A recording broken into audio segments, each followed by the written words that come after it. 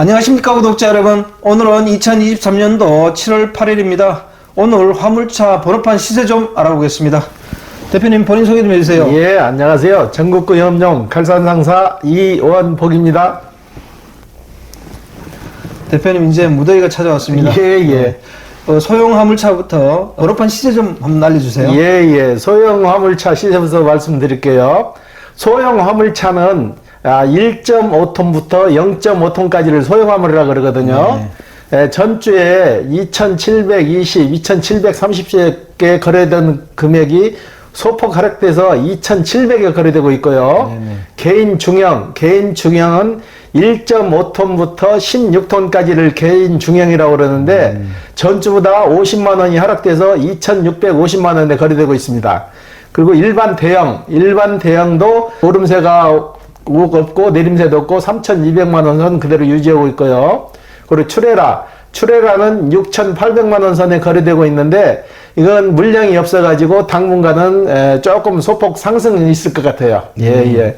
그리고 더불어서 말씀드릴게요. 개인 소형이나 중형 번호판 시세를 말씀드리면은 파시는 분들이 전화와서 그래요. 유튜브를 보니까 2,700만 원에 거래되는데 실질적으로 자기가 하려고 하면 이 왜 2,700만 원을 안 주냐 그런 문의들이 계시는데 저희는 마진을 남겨야 저희도 상사를 운영하기 때문에 소폭의 마진이 들어가기 때문에 그렇습니다. 그 점은 좀 유념해 주십시오. 네. 아니 그건 뭐 달러 팔 때도 마찬가지예요. 파는 가격이 있고 사는 가격이 있듯이 그건 기본인데 그런 것도 문의를 해요? 예.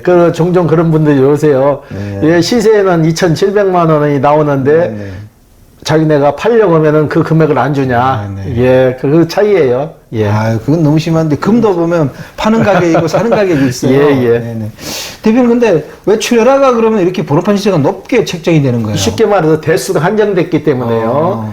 레미콘도 총량제에서 대수가 한정돼 있잖아요. 출혈화도 더 늘어나지 않고 그 대수 안에서 움직이기 때문에 가격이 파는 사람은 많은데 파는 사람이 적다는 얘기죠. 그래서 소폭 상승을 볼 거예요. 그러면은 지입회사를 통해서 그럼 출혈화를 번호판을 구해야 되나요? 지금 이 시점에서는요? 출혈화도 개인께 있고 지입회사 거 빌려 쓰는 게 있고 그래요. 이게 개인께 없으니까 지입회사 걸 많이 빌려 쓰고 있는 상황이죠. 그렇다면 개인 소형하고 개인 중형 번호판 시세는 왜 이렇게 조폭 하락한 거죠? 아무래도 여름에는 좀 덥잖아요. 더우면은 이러는 조건이 악조건이 되잖아요. 그래서 하시는 분도 많이 나오고 그리고 경기가 못 쫓아가는 거죠. 경기가 수지 타산을 못 맞춰주니까 아무래도 좀 많이 빠지는 거죠. 우리나라 경기가 그렇게 지금 침체의 길로 가고 있나요? 그렇죠. 쉽게 말해 식당 가보면 제일 빨리 느낄 수 있잖아요. 식당 점심시간에 보면 바글바글거리는 식당이 지금 가면 한산하잖아요. 그만큼 경기가 없다는 얘기예요. 경기가 이렇게 없으면 물동량도 당연히 없어지는 거잖아요. 예, 그렇죠. 많이 줄죠. 물동량이 없으면 이런 소형 화물차라든지 중형 화물차들이 아무래도 일거리가 많이 없어지겠죠. 그렇죠. 이게 지금 번호판 시세에 반영된다는 거잖아요. 그죠? 바로바로 즉각 반영이 되죠. 요즘은 그러니까 좀 하시다가 벌이가 없으니까는 파시자 하시는 분들이 굉장히 많으세요. 전에는 그리고 사시는 분이나 파시는 분이나 비슷하게 맞아 떨어졌는데 요즘은 파시는 분들이 월등히 많아요. 일주일 단위로 봤을 때 7대, 8대가 들어요. 차까지 파시는 분도 있고 번호판도 파시는 분이 있는데 경기 갖고 거기에 적응을 못 하시다 보니까는 차까지 이제 다 정리를 해버리시는 거예요. 그래서 요즘은 물량이 들어오는 물량이 많아요.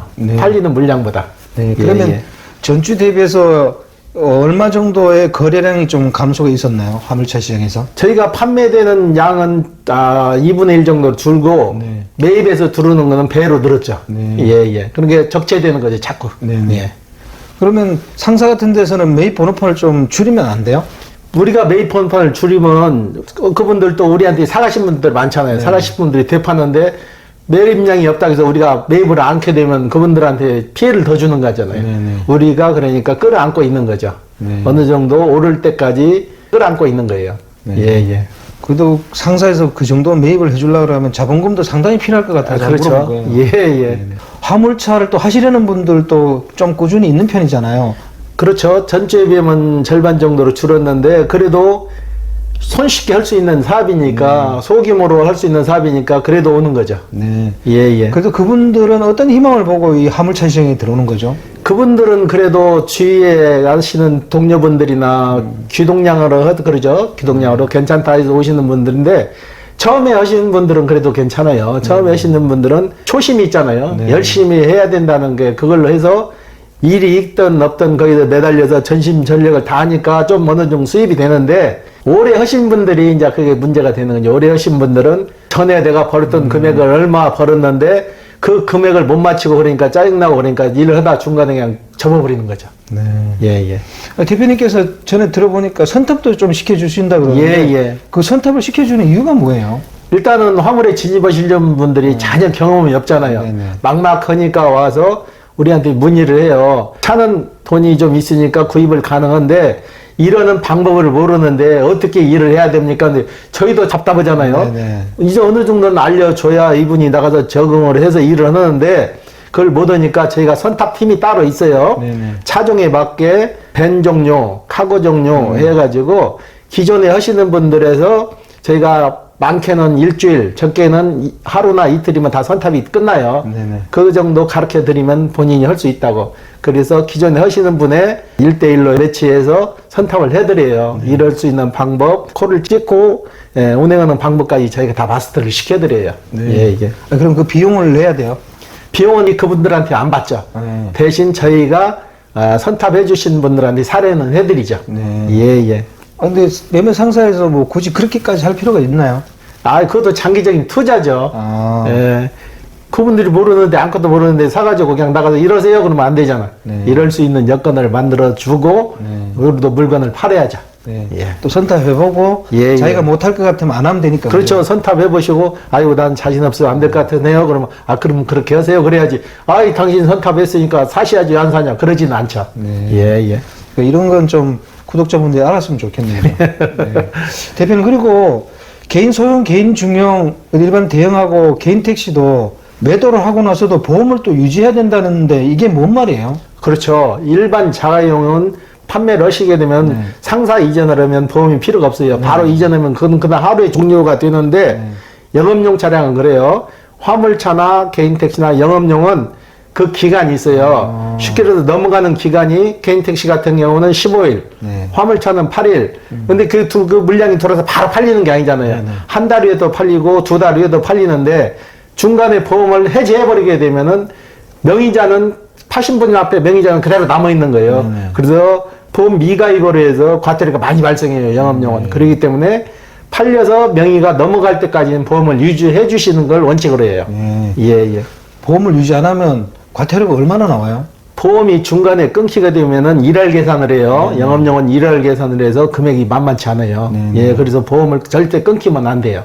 네. 예. 일할 계산하면 모르고 뭐 몇 달이 있으면은 엄청나게 많이 나오거든요. 100단위가 넘어가 버렸죠. 그래요? 예. 그럼 사고 나면요? 사고 나면 보험 처리 못 받는 거죠. 무보험 차량이니까. 그래요? 예. 실제 뭐 그런 사례 있으면 하나 얘기 한번 해주시죠. 그런 사례가 있죠. 얼마 전에 1톤 차를 하시는 분인데 자기가 아파가지고 병원에 계셨어요. 병원에 계시니까는 자기 아픈 것만 생각하고 보험도 종료가 되는 줄 알았어요. 자기가 일을 안 하니까 병원에 계신 만큼 연장이 되지겠지 해가지고 그분이 보험이 끝난지도 모르고 와서 일을 하다 사고가 났는데 저희한테 이제 와서 이렇게 해서 보험 들었는데 왜 안 처리를 안 해주냐 그러더라고요. 그래서 사장님, 보험이란 것은 기간이 정해져서 그 기간 안에 보험을 유지해 주셔야 보험 효력이 발생하는데 사장님은 병원에 입원하셨다고 해서 보험 연장이 끝났는데 연장을 안 하셨기 때문에 불이익을 당하는 겁니다. 그랬더니 그러면은 자기가 일을 안 하면 어떻게 해서 보험은 빠져나가잖아요. 그걸 혜택을 받을 수 있냐. 그랬을 때 하는 방법이 관할 구청에 휴업 신청을 하는 거예요. 관할 구청에 번호판을 반납을 하고 반납하면 그날부로 차는 종료가 되는 거예요. 그렇기 때문에 보험도 정지가 되는 거예요. 그 경우에는 괜찮죠. 그런데 그렇게 안 했기 때문에 불이익을 당하신 거예요. 예. 그런 불이익을 안 당하려면 보험회사에 알아보면 되나요? 보험회사 알아볼 것도 없이 본인이 보험 든 기간을 나오잖아요. 보험은 본인 체크해야지. 보험회사에서도 연락은 가요. 보험이 만기되기 전에 한 달이면 한 달 전에 문자 메시지나 이게 가요. 보험 만기되니까 준비하시라고. 네네. 근데 보험 메시지도 못 받았다 하시는 분도 있고 그러니까 보험은 본인 스스로 챙겨야 돼요. 네. 예, 예. 그럼 그 보험을 언제까지 유지를 해야 돼요? 쉽게 말해서 팔았다고 해서 바로 종료되는 게 아니고 네네. 파신 분에서 사시는 분으로 완전히 이전됐을 때까지. 네. 예, 예. 그때까지는 보험을 유지해 주셔야 돼요. 그럼 이런 상사에다가 개인 택시를 넘겼단 말이에요. 예, 예. 그래도 계속 보험을 유지해야 돼요? 그렇죠. 상사 이전을 못 오고 원 소유주 앞으로 차는 그대로 남아 있는 거예요. 네네. 예, 예. 그렇기 때문에 보험은 계속 유지를 해 주셔야 되는 게 맞는 거죠. 네. 예, 예. 보험 만기까지도 차가 안 팔리면 또 보험을 들어야 되나요? 그렇죠. 보험을 다시 또 들어야 돼요. 네. 예, 근데 보험 만기까지 차를 못 팔지는 않죠. 네. 파시는 분이 미리 이제 보험 만기를 알려주세요. 내 차는 보험 만기가 언제까지니까 언제까지 좀 팔아주세요. 그러면 우리가 될 수 있으면 그걸 맞춰서 팔죠. 네.